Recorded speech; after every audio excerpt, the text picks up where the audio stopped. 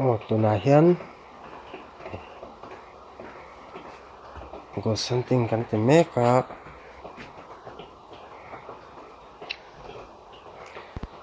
piang lai vel hi a sang thin an tia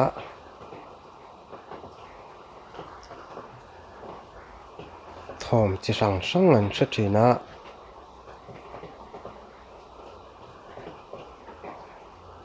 tilai ah hianin omin omani chuanin thom ron chhoru le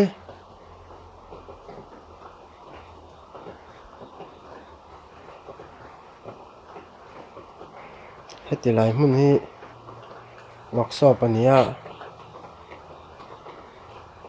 bungrua te pawh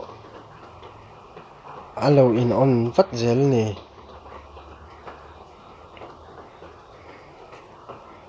zana te hianin thom na sa tak te an hre thina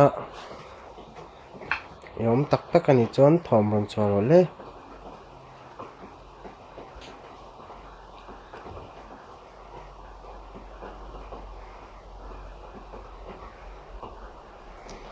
a in duh ve sim sim ani hi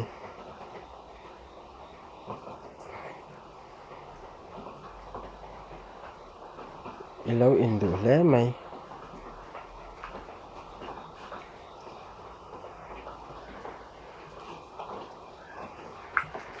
thom ron suah lo an ti pan ron suah duh lova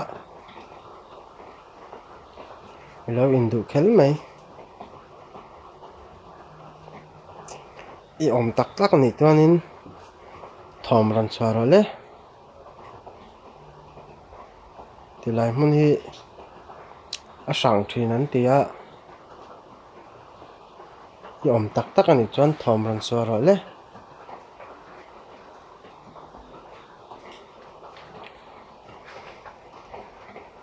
mistri le bungrua te omata hi workshop nia a in duh khel mai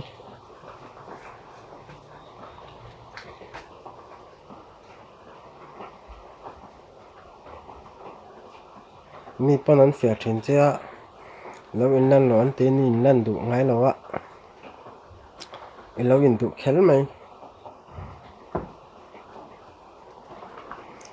a chang le thom na sa tak tak an hre thin an tia i om tak tak em ti kalon fia ma se i lo in duh khel mai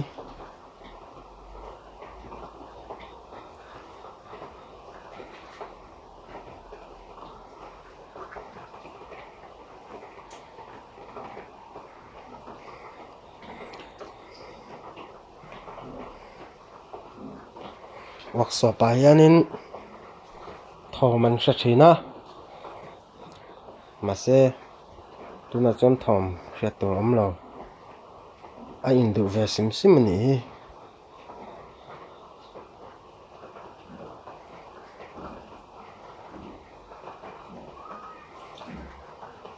hnathawk ang deuh te zanah an hre thina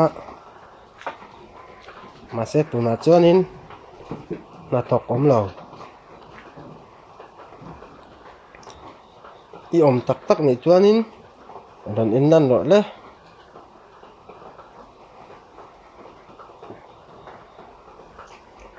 i in duh ve khel mai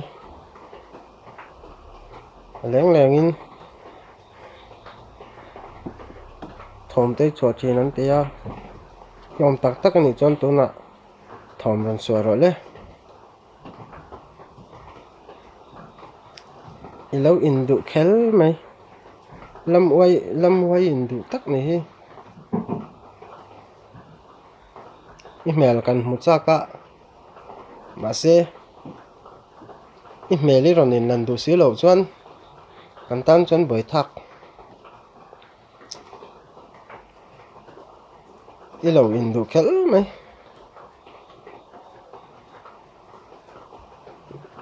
nangma a ron zawng chein la tak ateng ke ma lo kala ma se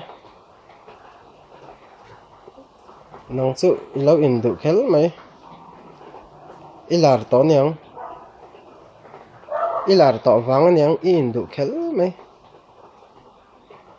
iron in lan du lo leng leng